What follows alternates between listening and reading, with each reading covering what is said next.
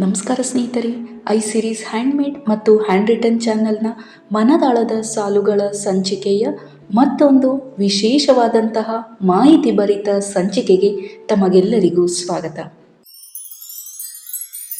ಸ್ನೇಹಿತರೆ, ನಮ್ಮ ಪ್ರಕೃತಿ ಎಷ್ಟು ವಿಸ್ಮಯ, ನಿಗೂಢ ಮತ್ತು ರಮಣೀಯವಾಗಿದೆ ಅಲ್ವಾ? ಈ ಪ್ರಕೃತಿಯಲ್ಲಿ ಕಾಲಮಾನಕ್ಕೆ ಅಥವಾ ಋತುಚಕ್ರಕ್ಕೆ ಅನುಗುಣವಾಗಿ ಸಂಭವಿಸುವ ಪ್ರತಿಯೊಂದು ಬಿಸಿಲು, ಗಾಳಿ, ಮಳೆ ಮುಂತಾದ ವಾತಾವರಣದ ಬದಲಾವಣೆಗಳಿಗೆ ಅದರದೇ ಆದ ಲಕ್ಷಣಗಳು, ಪ್ರಾಮುಖ್ಯತೆ ಎಲ್ಲವೂ ಇದೆ. ಹಾಗೂ ಅವುಗಳಿಂದ ಜೀವಿಗಳಿಗೆ ದೊರಕುವ ಪ್ರಯೋಜನಗಳೇನು ಎಂಬುದನ್ನು ನಮ್ಮ ಪೂರ್ವಜರು ಕೆಲವೊಂದು ಪುರಾತನ ಆಚರಣೆಗಳ ಮೂಲಕ ಅದರ ಮಹತ್ವವನ್ನು ತಿಳಿಸ್ತಾ ಬಂದಿದ್ದಾರೆ. ಹಾಗಾಗಿ ಇವತ್ತಿನ ಸಂಚಿಕೆಯಲ್ಲಿ ಉತ್ತರಿ ಬಿಸಿಲಿನ ಮಹತ್ವ ಮತ್ತು ಅದರ ಉಪಯೋಗವನ್ನು ಪಡೆದುಕೊಳ್ಳುವುದರ ಬಗ್ಗೆ ಕೆಲವೊಂದು ಮಾಹಿತಿಯನ್ನು ನಿಮ್ಮೊಂದಿಗೆ ಹಂಚಿಕೊಳ್ಳಲಿದ್ದೇನೆ. ಮೊದಲು ನಾನು ವಿಡಿಯೋನ ಶುರು ಮಾಡ್ಕೊಳ್ತೇನೆ. ಹಾಗೆ ಹೋಗ್ತಾ ನಿಮಗೆ ಇವತ್ತಿನ ವಿಷಯದ ಬಗ್ಗೆ ಕೆಲವೊಂದು ಮಾಹಿತಿ ಮತ್ತು ಇಂಟ್ರೆಸ್ಟಿಂಗ್ ಆಗಿರೋ, ಯೂಸ್ಫುಲ್ ಆಗಿರೋ ಟಿಪ್ಸ್ನು ಕೂಡ ನಿಮ್ಮ ಜೊತೆ ಹಂಚ್ಕೊಳ್ತೇನೆ. ಇವಾಗೇನು ನೋಡ್ತಿದ್ದೀರಾ, ಇನ್ನೂ ಬೆಳಗಿನ ಜಾವ 7:30 ಆಗಿರ್ಬೋದು. ಸೂರ್ಯ ಇನ್ನೂ ಕಾಣಿಸ್ಕೊಳ್ತಾ ಇದ್ದಾನೆ. ಅಷ್ಟರಲ್ಲೇ ನಾನು ಈ ವಿಡಿಯೋಗೆ ಬೇಕಾದಂಥ ಸಿದ್ಧತೆಗಳನ್ನ ನಾನು ನಿಮಗೆ ತೋರಿಸ್ಕೊಡ್ತೇನೆ. ನಮ್ಮ ಉತ್ತರ ಕರ್ನಾಟಕದ ಭಾಗದಲ್ಲಿ ಉತ್ತರಿ ಬಿಸಿಲು ಬಂತಂದರೆ ಮಹಿಳೆಯರಿಗೆ ಎಲ್ಲೆಲ್ಲದ ಸಂಭ್ರಮ. ಯಾಕಂದರೆ ಈ ಸಮಯದಲ್ಲಿ ನಮ್ಮ ಹತ್ರ ಇರೋ ಬೆಲೆ ಬಾಳೋ ರೇಷ್ಮೆ ಸೀರೆಗಳು, ಪೀತಾಂಬರ ಮಿಶ್ರಿತ ಬಟ್ಟೆಗಳು, ಏನು ನಾವು ಟ್ರಂಕ್ ಅಥವಾ ಅಲ್ಮಾರದಲ್ಲಿ ಇಟ್ಟಿರ್ತೀವಿ ಅದನ್ನೆಲ್ಲ ಹೊರಗೆ ತೆಗೆದು ಬಿಸಿಲಿಗೆ, ಅದರಲ್ಲೂ ಬೆಳಗಿನ ಜಾವ ಒಂದು 8ರಿಂದ 10 ಗಂಟೆ, ಸುಮಾರು ಒಂದು 2ರಿಂದ 3 ಗಂಟೆ ನಾವು ಬಿಸಿಲಲ್ಲಿ ಒಣಗಾಕ್ತೀವಿ. ನಾನು ಕೂಡ ಈ ವರ್ಷ ನನ್ನ ಹತ್ರ ಇರೋ ಸ್ವಲ್ಪ ಸೀರೆಗಳನ್ನ ಬಿಸಿಲು ತೋರಿಸೋಣ ಅಂತ ಹೇಳಿ ಈ ವಿಡಿಯೋನ ಶುರು ಮಾಡ್ಕೊಳತ್ತೀನಿ. ಅದನ್ನು ಹೆಂಗೆ ಮಾಡೋದಂತ ಹೇಳಿ ನಾನು ಮುಂದೆ ತೋರಿಸ್ಕೊಡ್ತಾ ಹೋಗ್ತೀನಿ. ನಡು ನಾನು ಈ ಉತ್ತರಿ ಬಿಸಿಲಿಂದು ಮಹತ್ವ ಏನಂತ ಡೀಟೇಲ್ ಆಗಿನೂ ಹೇಳ್ತಿರ್ತೀನಿ. ಸೊ ಎಲ್ಲೂ ವಿಡಿಯೋನ ಸ್ಕಿಪ್ ಮಾಡಲಾರ್ದ ಪೂರ್ತಿ ವಿಡಿಯೋನ ನೋಡ್ರಿ. ಮೊದಲನೇದಾಗಿ ಏನು ಮಾಡೋದಂದ್ರೆ, ನಿಮ್ಮ ಮನೆ ಮುಂದೆ ಅಂಗಳ ವಿಶಾಲವಾಗಿತ್ತು ಮತ್ತು ಆ ಜಾಗದಾಗ ಚಲೋ ತಂಗ ಬಿಸಿಲು ಬೀಳ್ತಿತ್ತಂದ್ರೆ ಆ ಜಾಗನ ಉಪಯೋಗಿಸ್ಕೊಳ್ಬೋದು. ಇಲ್ಲ ಅಂದ್ರೆ ಮನಿ ಟೆರಸ್ ಅಥವಾ ಮಾಳ್ಗಿ ಏನಂತ ಹೇಳ್ತೀವಿ ಅದನ್ನು ಉಪಯೋಗಿಸ್ಕೊಂಡ್ರೆ ಇನ್ನೂ ಒಳ್ಳೇದು. ನಂತರ ನೆಲನ ಚಂದಾಗ ಗೂಡಿಸಿ ಸ್ವಚ್ಛ ಮಾಡಿಕೊಂಡು ಒಂದು ದೊಡ್ಡ ಚಾಪಿ ಅಥವಾ ಒಂದು ದೊಡ್ಡ ಬಟ್ಟಿನ ಸರೀಗ ಬಿಚ್ಚಿ ಹರಡ್ಕೋಬೇಕ್ರಿ. ನಿಮ್ಮ ಹತ್ರ ಏನಾರ ಸೀರೆ ಅಥವಾ ಬಟ್ಟೆ ಕಡಿಮೆ ಇತ್ತಂದ್ರೆ ನೀವು ಚಾಪಿ ಮ್ಯಾಲನ್ನ ಎಲ್ಲ ಹರಡ್ಕೊಳ್ಬೋದು. ಇಲ್ಲ ಜಾಸ್ತಿ ಇದ್ದು ಅಂದ್ರೆ ನೀವೇನು ಮಾಡಬೇಕು, ಬಟ್ಟೆ ಒಣಗ ಹಾಕೋ ಹಗ್ಗ ಏನಿರ್ತೈತಿ ಸೊ ಅದ್ರ ಮೇಲೆ ನೀವು ಹರಡ್ಕೊಂಡ್ರು ಇನ್ನೂ ಒಳ್ಳೇದು. ಇವಾಗೇನು ನೋಡತ್ತಿರಲ್ಲ, ಈ ಬಟ್ಟೆ ಕವರ್ನಾಗ ನನ್ನ ಹತ್ರ ಇರೋ ಪ್ಯೂರ್ ಸಿಲ್ಕ್, ಸೆಮಿ ಸಿಲ್ಕ್ ಹಾಗೂ ಮೈಸೂರು ಕ್ರೇಪ್ ಸಿಲ್ಕ್ನು ನಾನು ಇಲ್ಲಿ ತೊಗೊಂಡೇನಿ. ನಿಮ್ಮ ಹತ್ರ ಸಿಲ್ಕ್ ಪಂಚಿ, ಶರ್ಟ್ ಅಥವಾ ಪೀತಾಂಬರಿ ಮಿಕ್ಸ್ ಇರೋ ಬಟ್ಟೆಗಳಿತ್ತಂದ್ರೆ ಅವನ್ನೂ ನೀವು ಯೂಸ್ ಮಾಡ್ಕೊಳ್ಬೋದು. ನಂತರ ಕವರಿಂದ ನಾನು ಎಲ್ಲ ಬಟ್ಟೆಗಳನ್ನ ಒಂದೊಂದು ತೆಗೆದಿಟ್ಕೊಳತ್ತೀನಿ. ಹಂಗೆ ಸೀರೆ ಒಳಗಿಂದ ಬ್ಲೌಸ್ ಏನಿರ್ತೈತಿ ಅದನ್ನು ನಾನು ಸಪ್ರೇಟ್ ಮಾಡ್ಕೊಳತ್ತೀನಿ. ಈಗ ಬರೀ ನಾನು ಇಲ್ಲಿ ಸೀರೆ ಸಪ್ರೇಟ್ ಮಾಡ್ಕೊಳ್ತಾ ನಿಮ್ಗೆ ಉತ್ತರಿ ಬಿಸಿಲಿನ ಮಹತ್ವ ಏನಂತ ಹೇಳ್ತಾ ಹೋಗ್ತೀನಿ. ಉತ್ತರಿ ಬಿಸಿಲು ಮುಖ್ಯವಾಗಿ ಮುಂಗಾರು ಮಳೆ ಮತ್ತು ಹಿಂಗಾರು ಮಳೆಯ ನಡುವೆ ಬರುವ ಒಂದು ವಿಶೇಷ ಸೂರ್ಯರಶ್ಮಿ. ಇದು ಸಾಮಾನ್ಯವಾಗಿ ಅಕ್ಟೋಬರ್ ಮತ್ತು ನವೆಂಬರ್ ತಿಂಗಳಲ್ಲಿ ಬರುತ್ತೆ. ಅಂದರೆ ಮುಂಗಾರು ಅಂದರೆ ಜೂನ್ನಿಂದ ಸೆಪ್ಟೆಂಬರ್ವರೆಗೂ ಬರುತ್ತೆ. ಅದು ಮುಗಿದು ಹಿಂಗಾರು ಮಳೆ ಶುರುವಾಗುತ್ತೆ ಅಂದರೆ ಡಿಸೆಂಬರಿಂದ ಫೆಬ್ರವರಿ. ಈ ಸಮಯ ಪ್ರಾರಂಭವಾಗೋ ಮಧ್ಯದ ಅವಧಿಯಲ್ಲಿ ನಾವು ಈ ಉತ್ತರಿ ಬಿಸಿಲನ್ನ ಕಾಣ್ತೀವಿ. ಸಂಕ್ಷಿಪ್ತವಾಗಿ ಹೇಳಬೇಕಂದ್ರೆ ಉತ್ತರಿ ಬಿಸಿಲು ಮಳೆಗಾಲದ ನಂತರ ಮತ್ತು ಚಳಿಗಾಲದ ಆರಂಭದಲ್ಲಿ ಬರುವ ಆರೋಗ್ಯಕರ ಮತ್ತು ಬಲವಾದ ಬಿಸಿಲು ಇದಾಗಿರುತ್ತೆ. ಈಗ ಬನ್ನಿ, ಈ ಬಿಸಿಲಿನ ಹಿಂದೆ ಇರೋ ವೈಜ್ಞಾನಿಕ ಕಾರಣ ಏನು ಹಾಗೂ ಯಾರಿಗೆಲ್ಲ ಇದರಿಂದ ಉಪಯೋಗ ಇದೆ ಅಂತ ತಿಳ್ಕೊಳ್ಳೋಣ. ಈ ಬಿಸಿಲಿನಲ್ಲಿರೋ UV ಅಥವಾ ಅಲ್ಟ್ರಾವೈಲೆಟ್ ರೇಸ್ ಅಥವಾ ಕಿರಣಗಳು ಏನು ಹೇಳ್ತೀವಿ ಅದು ನೈಸರ್ಗಿಕವಾಗಿ ಕ್ರಿಮಿನಾಶಕ ಶಕ್ತಿಯನ್ನು ಹೊಂದಿರ್ತದೆ. ಅಷ್ಟೇ ಅಲ್ಲದೆ ಈ ಸಮಯದಲ್ಲಿ ರೈತರು ಹಿಂಗಾರು ಬೆಳೆಗಳಾದಂಥ ಜೋಳ, ಕಡಲೆ ಹೀಗೆ ಮುಂತಾದ ಬೆಳೆಗಳನ್ನ ಹಾಕಿರ್ತಾರೆ. ಆ ಬೆಳೆಗಳಲ್ಲಿ ಕ್ರಿಮಿಗಳು ಬರೋ ಸಾಧ್ಯತೆಗಳು ಹೆಚ್ಚಾಗಿರುತ್ತೆ. ಹಾಗಾಗಿ ಅವುಗಳನ್ನ ನಾಶ ಮಾಡೋದಕ್ಕೆ ಈ ಬಿಸಿಲು ನೈಸರ್ಗಿಕವಾಗಿ ಸಹಾಯ ಮಾಡುತ್ತೆ.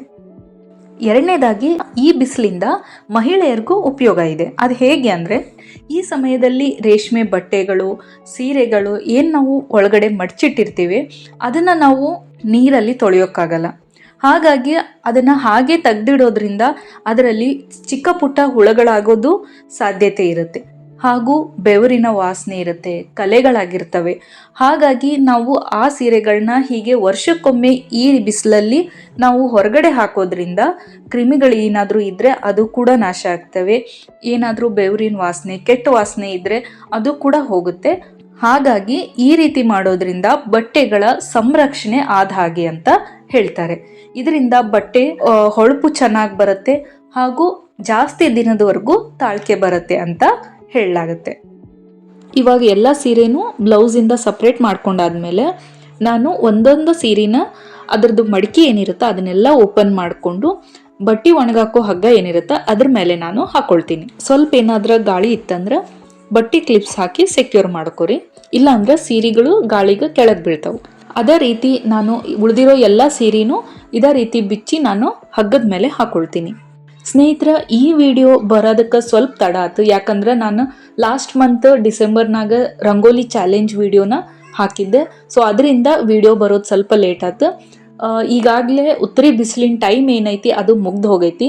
ಸೊ 2026ನಾಗ ಅದೇವಿ. ಸೊ ಈ ವರ್ಷ ಅಕ್ಟೋಬರ್ ಟೈಮಿಗೆ ಮತ್ತೆ ಈ ಉತ್ತರಿ ಬಿಸಿಲು ಬರ್ತೈತಿ. ಅವಾಗ ನೀವು ನೆನ್ಪಿಟ್ಕೊಂಡು ಇದನ್ನ ಫಾಲೋ ಮಾಡಿ ಅಂತ ಹೇಳ್ತೀನಿ. ಈ ಬಿಸಿಲು ಒಂದು 15 ದಿನದ ಅವಧಿಯೊಳಗೆ ಇರ್ತೈತಿ. ಇನ್ ಕೇಸ್ ನಿಮ್ಗೆ ಏನಾರ ಈ ಬಿಸಿಲು ಬರೋ ಟೈಮಿಂಗ್ ಏನಾರ ಅಥವಾ ನಿಮ್ಗೆ ಏನಾದರೂ ಮರ್ತು ಹೋತಂದ್ರೆ ನೀವೇನು ಮಾಡ್ರಿ, ಚಳಿಗಾಲದಾಗ ಎಳೆ ಬಿಸಿಲು ಏನಿರ್ತೈತಿ 8ರಿಂದ ಒಂದು 10-11 ಗಂಟೆ ಒಳಗೆ ಆ ಟೈಮ್ನಾಗ ನೀವು ಈ ರೀತಿ ಸೀರೆಗಳನ್ನ ಹರಡ್ಕೊಂಡು ಹಾಕೊಳ್ರಿ. ಇದರಿಂದನೂ ಏನು ತೊಂದರೆ ಆಗೋಲ್ಲ ಸೀರೆಗಳಿಗೆ. ನೀವು ಹೆಚ್ಚು ಬಿಸಿಲು ಅಂದ್ರೆ ಮಧ್ಯಾಹ್ನ ಉರಿ ಬಿಸಿಲು ಏನಿರುತ್ತೆ ಆ ಟೈಮ್ನಾಗ ನೀವೇನಾರ ಈ ಕೆಲಸ ಮಾಡಿದ್ರಂದ್ರೆ ನಿಮ್ಮ ಬಟ್ಟೆಗಳು ಹಾಳಾಗೋ ಚಾನ್ಸಸ್ ಹೆಚ್ಚಾಗಿರುತ್ತೆ. ಹಾಗಾಗಿ ನೆನ್ಪಿಟ್ಕೊಂಡು ಆದಷ್ಟು ಎಳೆ ಬಿಸಿಲಿನಾಗ ಈ ಕೆಲಸನ ಮಾಡ್ರಿ. ಸೀರೆ ಅಷ್ಟೇ ಅಲ್ಲ, ಅದ್ರ ಜೊತೆಗಿರೋ ಬ್ಲೌಸ್ನು ನೀವು ಈ ರೀತಿ ಬಿಸಿಲಿನಾಗ ಹರಡ್ ಹಾಕೋರಿ. ಇನ್ನೂ ಒಂದೆರಡು ಸೀರೆನ ನಾನು ಹಂಗೆ ನೆಲದ ಮೇಲೆ ಚಾಪಿ ಏನು ಹಾಸೇನಲ್ಲ ಅದ್ರ ಮೇಲೇನೂ ಹಾಕೊಂಡೀನಿ. ಹಿಂಗೆ ಮಾಡಿ ನೀವು ಒಂದು 2ರಿಂದ 3 ಗಂಟೆವರೆಗೂ ನೀವು ಬಿಸಿಲಿನಾಗ ಈ ಬಟ್ಟೆಗಳನ್ನ ಇರಾಕ್ ಬಿಡಬೇಕು.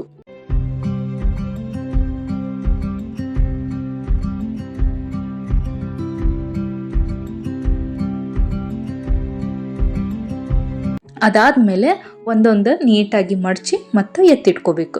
ಈಗ ಮಡಚುವಾಗ ನಾನು ನಿಮ್ಗೊಂದು ಟಿಪ್ಸ್ ಹೇಳ್ತೀನಿ ನೋಡ್ರಿ. ನಾವು ಸೀರೆನ ಯಾವ ಮಡಿಕೆಯೊಳಗೆ ಮಡಚಿರ್ತೀವಿ ಅದನ್ನು ಅವಾಗವಾಗ ತೆಗೆದು ಅಪೋಸಿಟ್ ಡೈರೆಕ್ಷನ್ನಾಗ ಮತ್ತೆ ನಾವು ಮಡಚಿ ಸೀರೆನ ಇಡಬೇಕಾಗ್ತೈತಿ. ಈಗೇನು ನಾವು ಒಂದು ಮಡಿಕೆ ಏನು ಮಡಚಿಟ್ಟಿರ್ತೀವಿ ಮತ್ತು ನಾವು ಯೂಸ್ ಮಾಡಿ ಮತ್ತು ಅದ ಮಡಿಕೆ ಒಳಗನ ಮಡಚಿಟ್ವಿ ಅಂದ್ರೆ ಆ ಮಡಿಕೆ ಏನು ಬಿದ್ದಿರುತ್ತೆ ಅಲ್ಲಿ ಬಟ್ಟೆ ಹಾಳಾಗೋ ಚಾನ್ಸಸ್ ಇರ್ತೈತಿ. ಸೊ ಅದನ್ನು ಅವಾಯ್ಡ್ ಮಾಡೋದಕ್ಕೆ ಅವಾಗವಾಗ ಸೀರೆಗಳನ್ನ ಎಲ್ಲ ಓಪನ್ ಮಾಡಿ ಪುನಃ ಅಪೋಸಿಟ್ ಡೈರೆಕ್ಷನ್ನಾಗ ಅದನ್ನು ಮಡಚಿ ಎತ್ತಿಡೋದ್ರಿಂದ ಬಟ್ಟೆ ಭಾಳ ದಿನದವರೆಗೂ ತಾಳ್ಕಿ ಬರ್ತಾವೆ.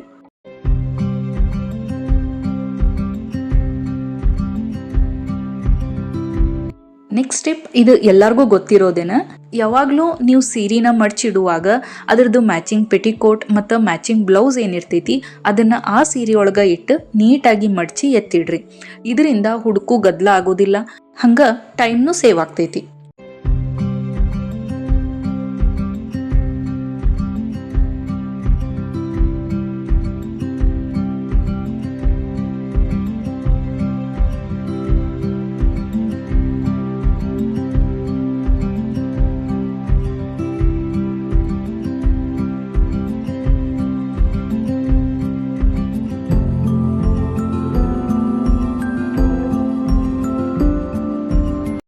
ಈಗ ನೋಡ್ರಿ ಎಲ್ಲ ಸೀರೆನೂ ನಾನು ಮಡಚಿ ಎತ್ತಿಟ್ಕೊಳತೀನಿ. ಈಗ ನಾವು ಸ್ಟೋರ್ ಮಾಡಿ ತೆಗ್ದಿಡೋದು ಇಂಪಾರ್ಟೆಂಟ್ ಇರ್ತೈತಿ. ಸೊ ಅದಕ್ಕೂ ಒಂದು ಟಿಪ್ಸ್ ಹೇಳ್ತೀನಿ. ನೀವು ಈ ಥರ ಆನ್ಲೈನ್ದಾಗ ಸಾರಿ ಬ್ಯಾಗ್ಸ್ ಕವರ್ಸ್ ಅಂತ ಏನಿರ್ತಾವೆ ಇವು ನಿಮ್ಗೆ ಆನ್ಲೈನ್ದಾಗ ಕಡಿಮೆ ಬೆಲೆಗೆ 4 ಪೀಸಸ್ 5 ಪೀಸಸ್ ಈ ಥರ ಸಿಗ್ತಾವೆ. ಅದನ್ನು ತೊಗೊಂಡು ಬಂದು ನೀವು ಅದರೊಳಗೆ ನೀವು ಬಟ್ಟೆ ಅಥವಾ ಸಾರಿನ ಸ್ಟೋರ್ ಮಾಡಿ ಇಡೋದ್ರಿಂದ ಬಟ್ಟೆಗಳು ಹಾಳಾಗಲ್ಲ. ಹಂಗೆ ಇದ್ರೊಳಗೆ ಒಂದು ಟ್ರಾನ್ಸ್ಪರೆಂಟ್ ಕವರ್ ಕೂಡ ಕೊಟ್ಟಿರ್ತಾರೆ ಮುಂದೆ. ಅದನ್ನು ನೋಡಿಕೊಂಡು ನಾವು ಯಾವ ಸಾರಿನ ಕವರ್ನಾಗ ಇಟ್ಟೇವಿ ಅಂತಲೂ ಗೊತ್ತಾಗ್ತೈತಿ. ಆಮೇಲೆ ಸಾರಿನ ಇಡುವಾಗ ಒಂದ್ರ ಮೇಲೊಂದು ಇಡ್ತೀವಿ, ಇಲ್ಲ ಹ್ಯಾಂಗರಿಗೆ ಹಾಕ್ತೀವಿ. ಈ ರೀತಿ ಒಂದ್ರ ಮೇಲೊಂದು ಇಡುವಾಗ ನೀವು ಅದನ್ನು ನೀಟಾಗಿ ನೋಡ್ಕೊಳ್ಳಿ. ಒಂದು ಆ ಸೈಡ್ ಫೇಸ್ ಮಾಡಿ ಬಾರ್ಡರ್ ಇಟ್ಟರೆ ಇನ್ನೊಂದು ಅದರ ಅಪೋಸಿಟ್ ಡೈರೆಕ್ಷನ್ನಾಗ ಬಾರ್ಡರ್ ಬರೋ ಹಂಗೆ ಸಾರಿನ ಮೇಲೆ ಇಡಬೇಕಾಗ್ತೈತಿ. ಈ ರೀತಿ ಮಾಡೋದ್ರಿಂದ ಏನಾಗ್ತೈತೆ ಅಂದ್ರೆ ನಾವು ಒಂದ್ರ ಮೇಲೊಂದು ಸಾರಿ ಇಟ್ಟಾಗ ಸಾರಿಗಳು ಜರಿದು ಬೀಳ್ತಿರ್ತಾವೆ. ಸೊ ಈಕ್ವಲ್ ಆಗಿ ಅಲ್ಲಿ ಸ್ಪೇಸ್ ಮೇಂಟೈನ್ ಆಗಲಿ ಅಂತ ಹೇಳಿ ನಾವು ಈ ರೀತಿ ಒಂದಾದ್ಮೇಲೆ ಒಂದು ಅಪೋಸಿಟ್ ಡೈರೆಕ್ಷನ್ನಾಗೆ ಇಡೋದ್ರಿಂದ ನೀಟಾಗಿ ಸಾರಿ ಕುತ್ಕೊಂತಾವು, ಹಂಗೆ ಯಾವುದು ಜರಿದು ಬೀಳೋದಿಲ್ಲ. ಈ ರೀತಿ ಕವರ್ಸ್ನಾಗ ನೀವು ಏನಿಲ್ಲ ಅಂದ್ರೂ ಒಂದು 10ರಿಂದ 12 ಸಾರಿನ ನೀವು ಇಟ್ಕೊಳ್ಬೋದು.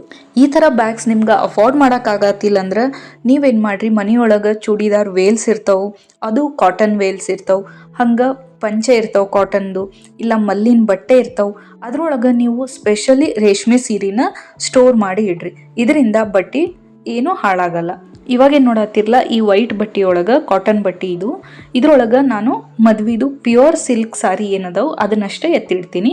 ಮಿಕ್ಕಿರೋ ಏನು ಸೆಮಿ ಸಿಲ್ಕ್ ಸಾರೀಸ್ ಅದಾವು ಅವನ್ನ ನಾನು ಕವರ್ನಾಗ ಹಾಕಿಟ್ಟೇನಿ. ನೋಡಿದ್ರಲ್ಲ ಸ್ನೇಹಿತರೆ, ಈ ಉತ್ತರಿ ಬಿಸಿಲು ರೈತರಿಗೆ ಹಾಗೂ ನಮ್ಮಂಥ ಮಹಿಳೆಯರ ಪಾಲಿಗೆ ಅತ್ಯಂತ ಮಹತ್ವವಾಗಿದೆ. ಹಾಗಾಗಿ ರೈತನ ಬೆಳೆಗಷ್ಟೇ ಅಲ್ಲ, ಬೆಲೆ ಬಾಳೋ ಬಟ್ಟೆಗಳಿಗೂ ಈ ಬಿಸಿಲ ಪ್ರಖರತೆ ಎಷ್ಟು ಪ್ರಾಮುಖ್ಯವಾಗಿದೆ ಅಂತ. ಕೊನೆಯದಾಗಿ ಸ್ನೇಹಿತರ, ನಿಮ್ಗೇನಾದ್ರೂ ನನ್ನ ಸಾರಿ ಕಲೆಕ್ಷನ್ ವಿಡಿಯೋ ಬೇಕಿದ್ರೆ ಕಮೆಂಟ್ನಾಗ ಹೇಳ್ರಿ, ನಾನು ಅದಕ್ಕೆ ಸ್ಪೆಷಲ್ ವಿಡಿಯೋ ಮಾಡಿ ತಿಳಿಸ್ಕೊಡ್ತೀನಿ. ನನ್ನ ಹತ್ರ ಏನಿಲ್ಲ ಅಂದ್ರೂ ಒಂದು 30 to 35 ಸಾರೀಸ್ ಅದಾವು. ನನಗೂ ಸಾರಿ ಕಲೆಕ್ಟ್ ಮಾಡೋದು ಭಾಳ ಹುಚ್ಚೈತಿ. ಅಂದ್ರೆ ಎಲ್ಲ ಕಲರ್ ಕಾಂಬಿನೇಷನ್ನಾಗ, ಎಲ್ಲ ಟ್ರೆಂಡಿಂಗ್ನಾಗ, ಅಂದ್ರೆ ಹಳೇದ್ರಿಂದ ಹಿಡಿದು ಹೊಸ ಟ್ರೆಂಡಿಂಗ್ನಾಗ ಎಲ್ಲ ಟೈಪ್ ಸ್ಯಾರೀಸ್ನು ಕಲೆಕ್ಟ್ ಮಾಡಿ ವೇರ್ ಮಾಡಿ ಸ್ಟೈಲ್ ಮಾಡೋದು ನನಗಿಷ್ಟ. ನೋಡಿದ್ರಲ್ಲ ಈ ಬಿಸಿಲಿನ ಉಪಯೋಗಗಳೇನು, ಮಹತ್ವವೇನು, ಹಾಗೂ ಈ ಆಚರಣೆ ಹಿಂದೆ ಇರೋ ವೈಜ್ಞಾನಿಕ ಕಾರಣ ಏನು ಅಂತ ನಾವೆಲ್ಲ ತಿಳ್ಕೊಂಡಾಯ್ತು.